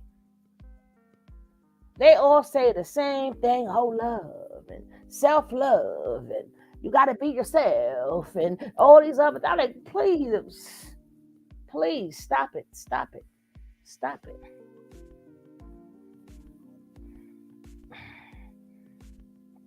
Now, let me see. Now, I got it. Okay, let's go. Then we go to...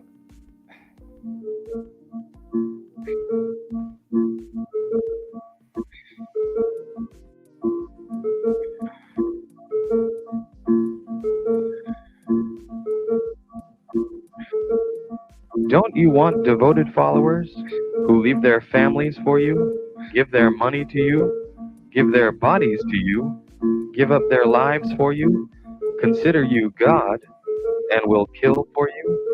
I love you. Oh, we saw this. We saw this, guys. Don't you want to become a cult leader? We saw this already. Right, Nick? Since the death of God, there's been a vacancy open. You could fill that void. Here's how. Structure your cult like an onion with the most benign and helpful features on the outside and the most... Y'all gonna have to find that one. But we definitely seen this one. We done seen so many, but we seen that one. Y'all gonna have to find that video. Okay? Okay.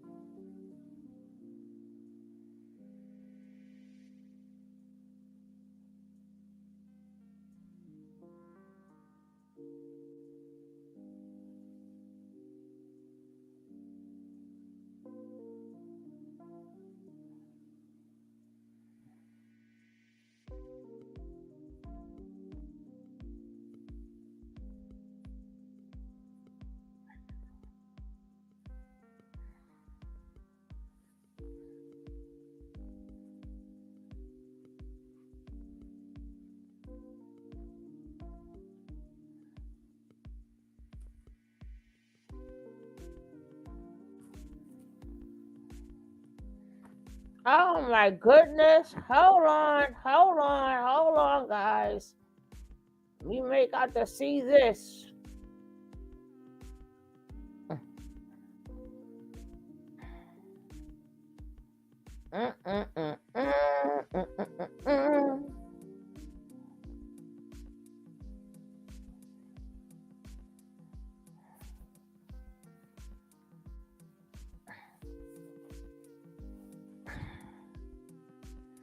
Okay. It's not there. It's not there. It's not there. It's not there. Oh man, it's not there. Oh man.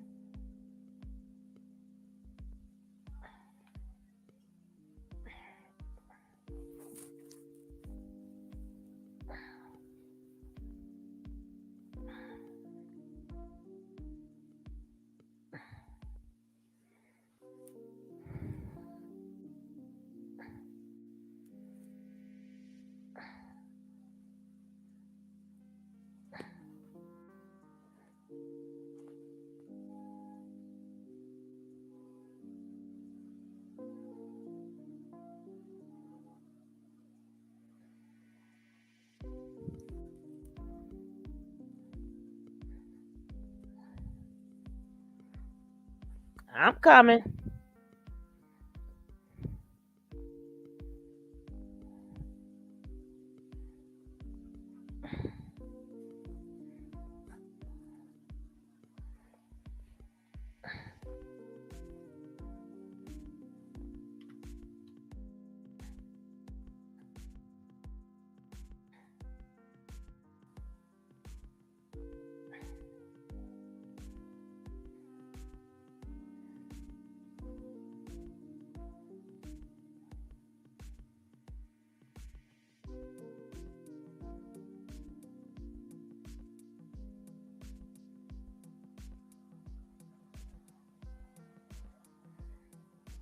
We might as well finish with home. We're gonna finish off with homeboy.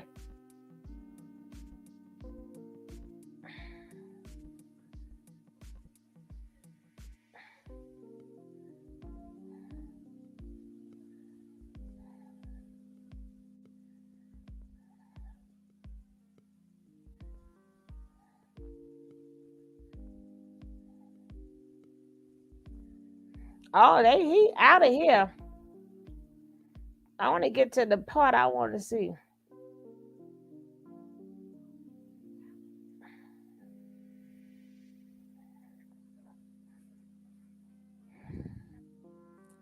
Oh, who did this?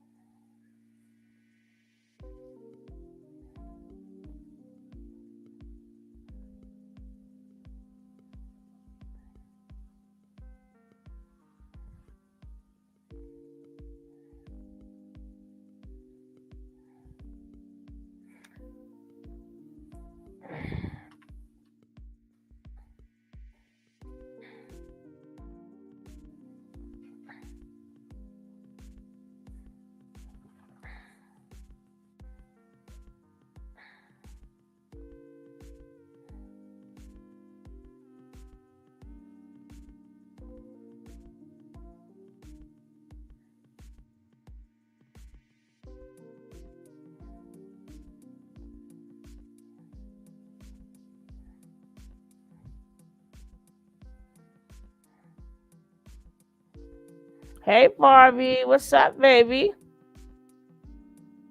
How you doing? We're gonna finish with him. Then we're gonna go on to the next thing.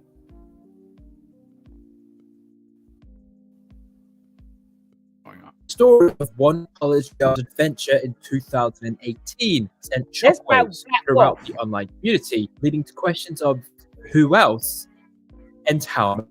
Dobrik isn't the first person seen as an untouchable sweetheart who brought crashing down to tea, and he's definitely not the last. Because for some reason, those who create content in the entertainment capital of the world are seemingly prone to being controversial and doing not so nice things to other people. Surround them with leagues of yes men who are out for their own benefit, you begin to create a very unstable culture which breeds nothing but degeneracy. Jake can start clapping and everyone else here has to. What I want to know is where David Dobrik went so wrong, what this phenomena looks like, and how this can be controlled to stop more people getting hurt by those with an inflated sense of self. To investigate this, we will analyze the Vlog Squad allegations, from Trisha Paytas' 2019 complaints to the allegations from Insider's investigation. Kat Tembaj will join us as we discuss how the story came into fruition and the likelihood.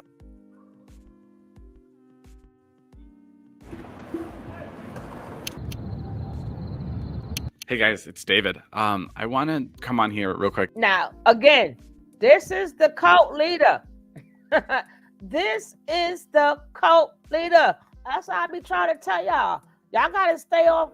It ain't all about Nature Boy. This is a cult leader. This is the young man who got 18 million followers. This is the man who got people, grown men, way bigger than him, could probably throw him through a wall. He got them being taped on a wall. He got them doing whatever he says. This is a cult leader. I need for you guys to understand that. Hey, Yum Yum.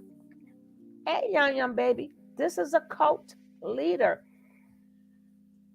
In a little bit, we're gonna start a whole new what you call it? Live. But don't worry about it. Can address conversations that have been going on the internet. For 2.5 minutes, David Dobrik delivered a message to his fans, explaining how he believes he's no longer aligned with the content scrutinized for exploiting other people. He says he understands how important consent is, and that any violation can be corrected by taking down a video. He claims he has distanced himself from those who are supposedly at the center of the conversations, and has since focused on producing positive content. David Dobrik has been dropped from several partnerships in the wake of sexual misconduct allegations surrounding the Vlog Squad. Since Dobrik's response video was posted, he has lost over 200,000 YouTube subscribers. Because it's just stuff that they should have addressed. And I honestly think him losing sponsors could have been avoided if he just addresses early on it rather than have it now everybody comes up. After a week of heavy financial loss and after being removed from various organizations, Dobrik added an extra 5 minutes of public statement in a 7-minute video on his 18 million subscriber channel. Sitting on his floor, seemingly having a one-on-one chat with the viewer, he explains his regret for the story coming out.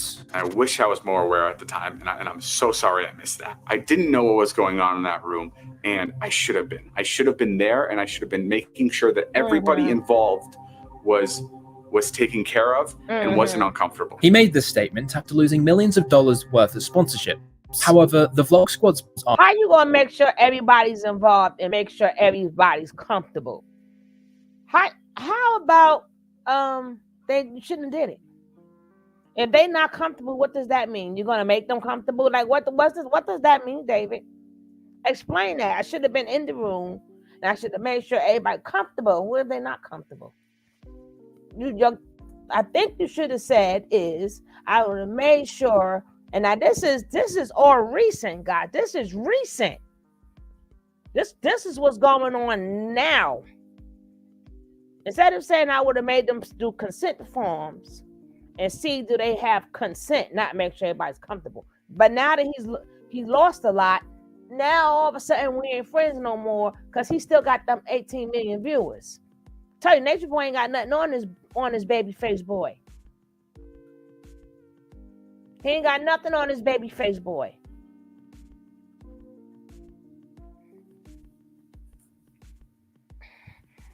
Y'all keep thinking Nature Boy is powerful and he only had 20 people. He may have followers and he had a sector, yes, but in the real world, please look at the baby face. He got the cutest little baby face. Baby face. He got the cute little baby face. You see him walking down the block, you would not hold your pocketbook. You would be like, hey, baby, here's some milk and cookies for you. There's some milk and cookies.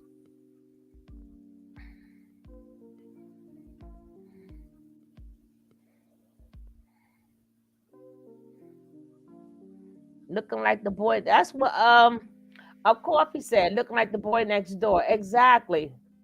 Aren't new, and they reflect a troubling pattern with the pursuit of entertaining content. In February 2019, Trisha Paytas uploaded a since-deleted video regarding the toxic culture within the Vlog Squad. She claimed Dobrik targeted her for reactions he could use within his 4-minute 20 vlogs, saying the jokes he made were hurtful. Such instances of this were in a vlog which included her former boyfriend Jason Nash telling Dobrik he would buy him a Ferrari if he can get Tana Mojo to agree to a threesome with him and Trisha. Dobrik asked Tana if she would when they met 3 months later. Another vlog saw Nash and Mojo bickering. How do you feel about Jason wanting to have a threesome with you? But why me, Jason? You could have do better. Because he likes broken girls. Is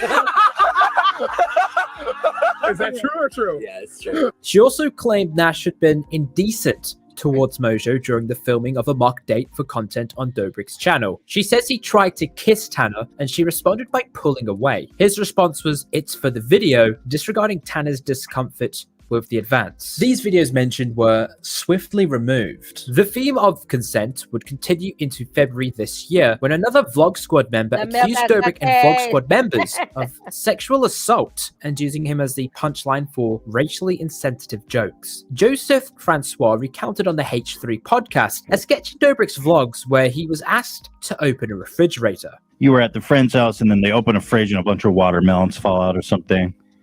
Yeah, exactly. And so you, and a lot of kids don't understand because these things they seem like, watermelon is just, it's watermelon. Like a lot of people like watermelon. I also particularly enjoy eating watermelon, but there is racially charged ideals that are behind, trying to spin in a comedic way. It's obvious they're making a racial joke. Yeah. Seth explains he felt pressured to participate in the group's exploitation of his ethnicity as the foot of a joke. This is because once people had said they were uncomfortable going along with the jokes, they eventually found themselves less involved with the videos. It's not like David is sitting there like, oh, you have to do this. You don't do this, you're out the group, Yeah, of course. It's kind of like an unwritten thing where you see a pattern of people saying like, yo, I'm uncomfortable with this. Hey, bro, like this isn't really cool. That all of a sudden they just disappear and then they're not videos anymore.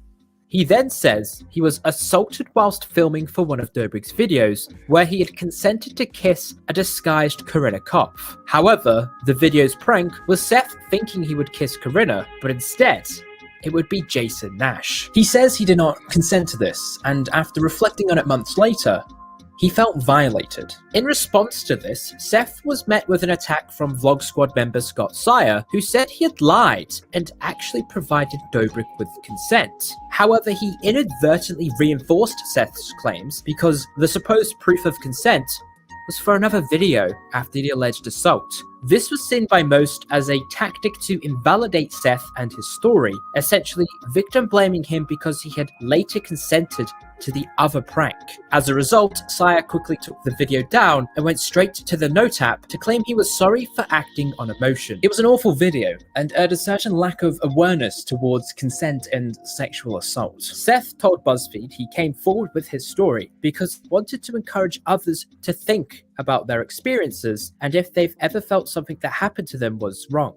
He says he also wanted to make a statement about power and how it could be used to manipulate people into doing things they maybe wouldn't do without pressure. Issues within the Vlog Squad were building, with other creators like Big Nick speaking out as well, but it wasn't until March the final string was pulled.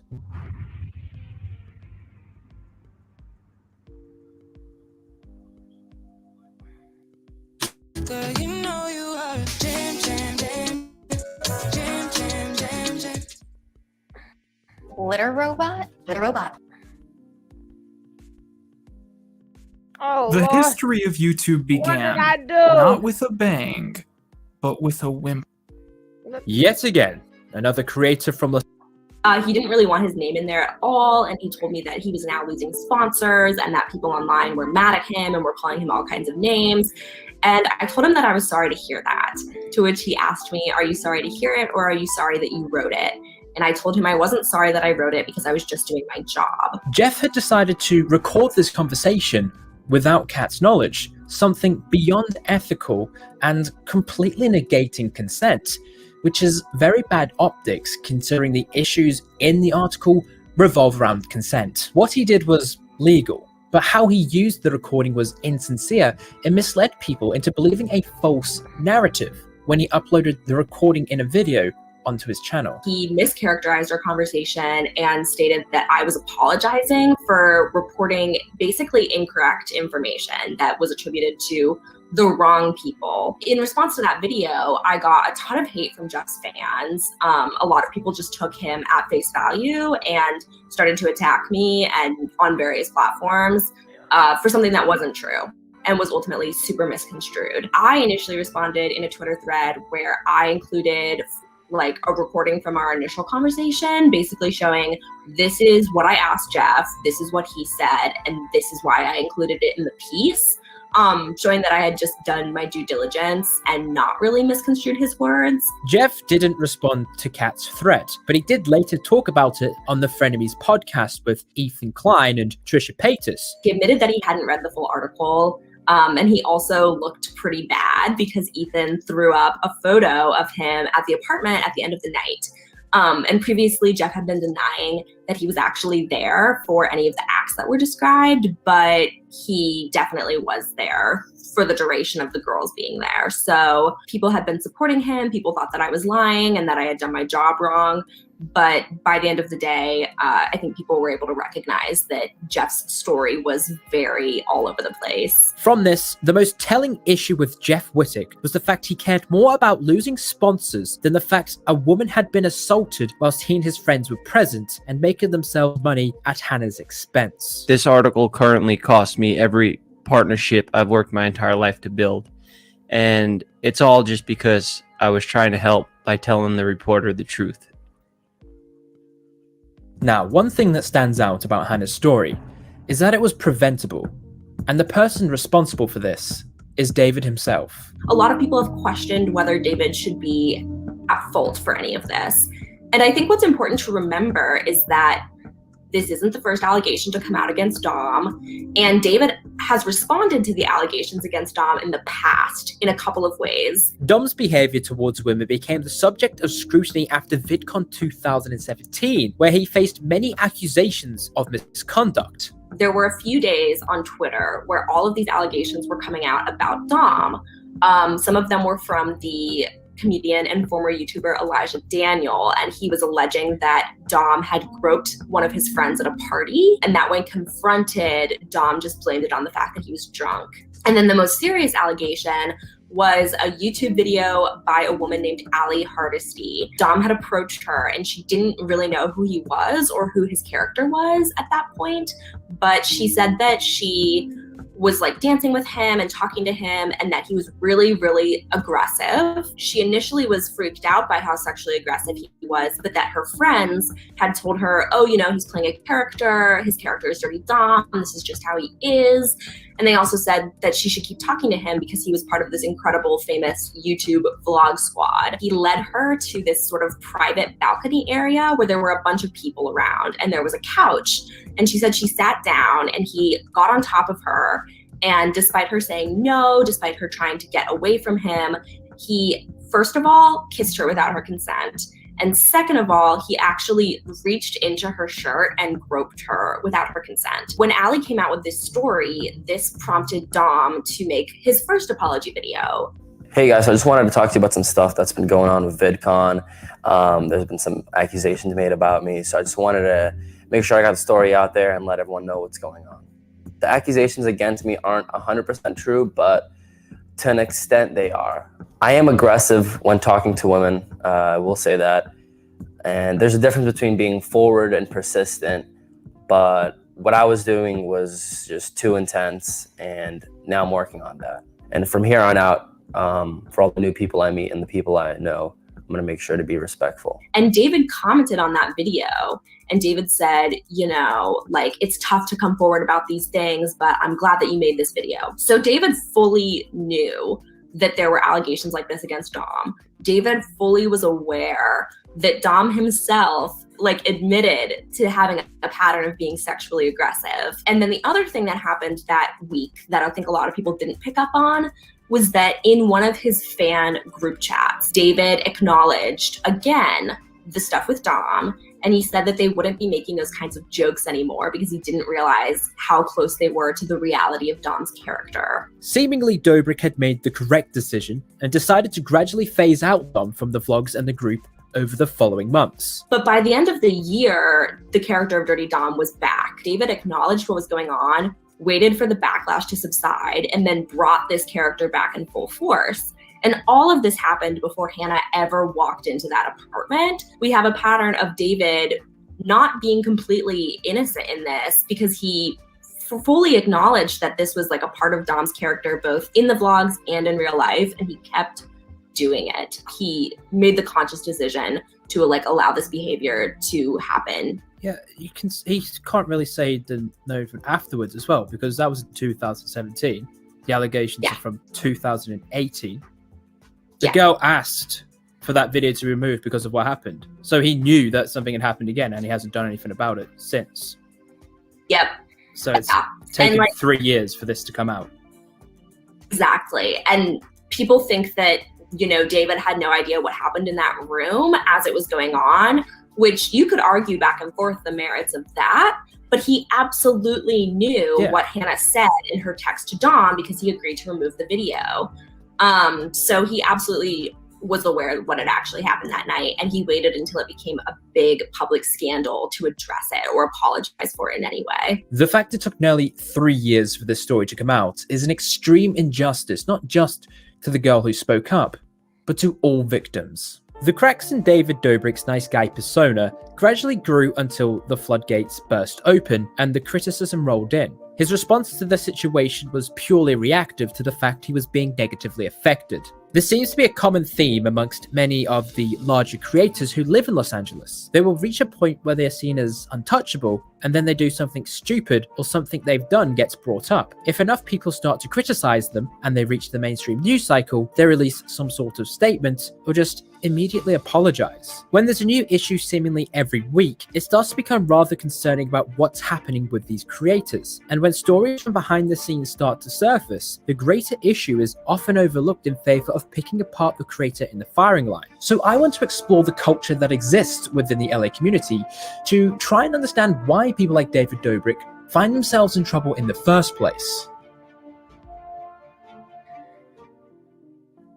Let's take a step back.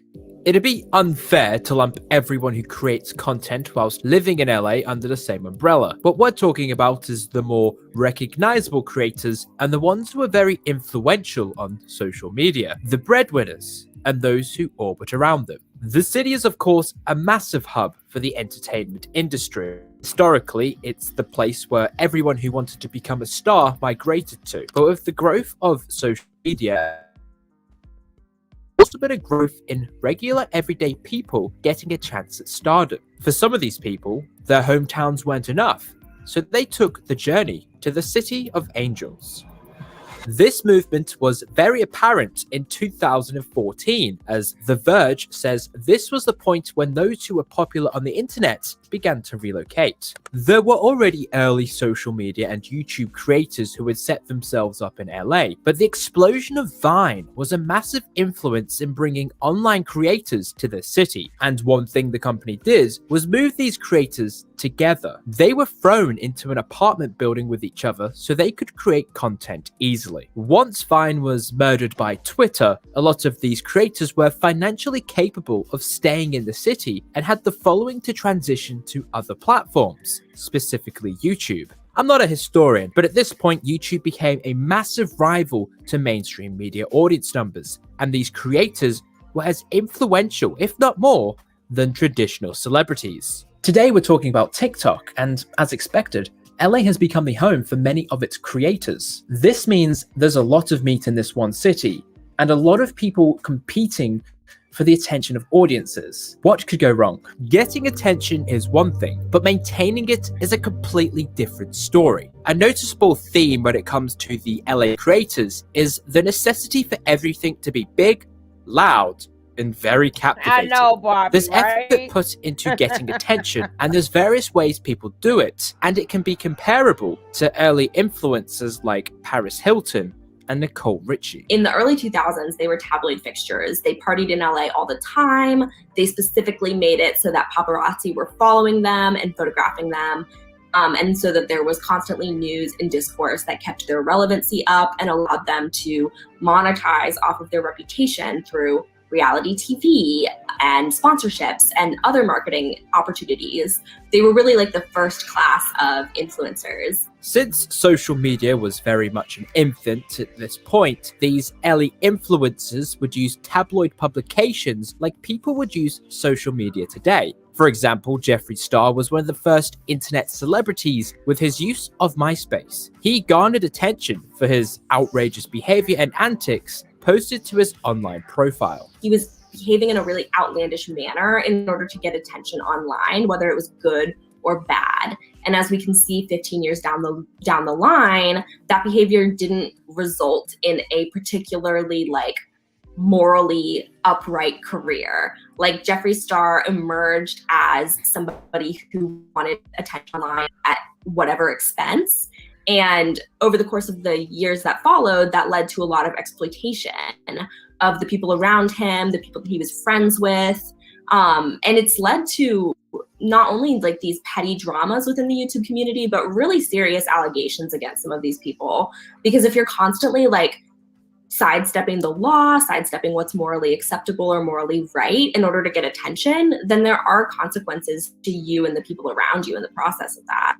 Shane Dawson's story is much similar. He made racist and very inappropriate comments in his earlier videos, and as a result, he became one of the biggest people on YouTube in the foundation days of the site because he was controversial. Over the years, he changed his approach, and his last efforts were trying to humanize some of these high-profile, controversial creators. But it didn't distract people from his past and his not-so-good behind-the-scenes behavior. That part too. In 2017 and 2018, the Paul brothers were the biggest. We got a basis of this young. This is another one. Oh goodness, we got to check out him. Oh, that's the same guy. Well, we got to check out this guy too. We're gonna be checking out a lot of stuff. Let's see what this says.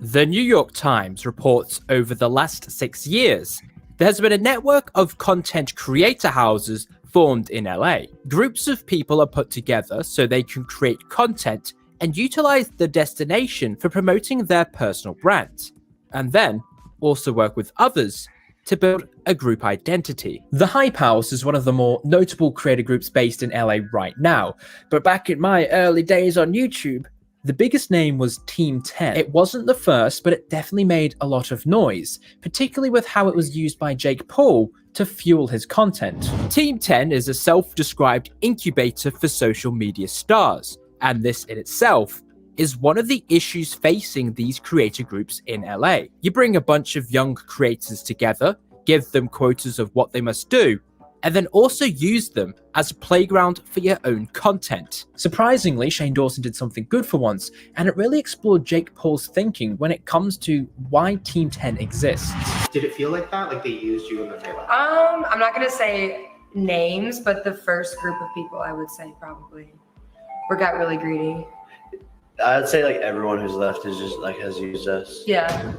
Because they think they can go on and do something better, and then it's I don't think they realize that they use us, but when these people come into Team 10, I give them everything, managers, agents, house, food, money, places to live, fame, cameramen, editors, brand deals, everything. I give it to them, and then sound like Nature Boy, right? Y'all live in my house. I did this, and I did that. And I did this, and y'all used me, and y'all came into my world. Keep telling y'all, same thing, different thing. But guys, I'm ready to sign out, and we coming back in because I think Jaguar White, her car caught on fire while she was kissing the next woman. That will be coming up next, baby. So Go to the bathroom real quick because I already got it ready. I already got it ready.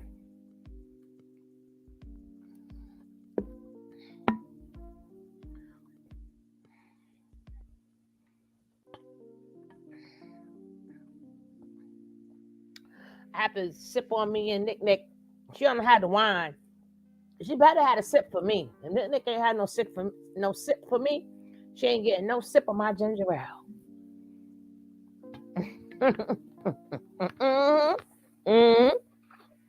We can ready to play that right now.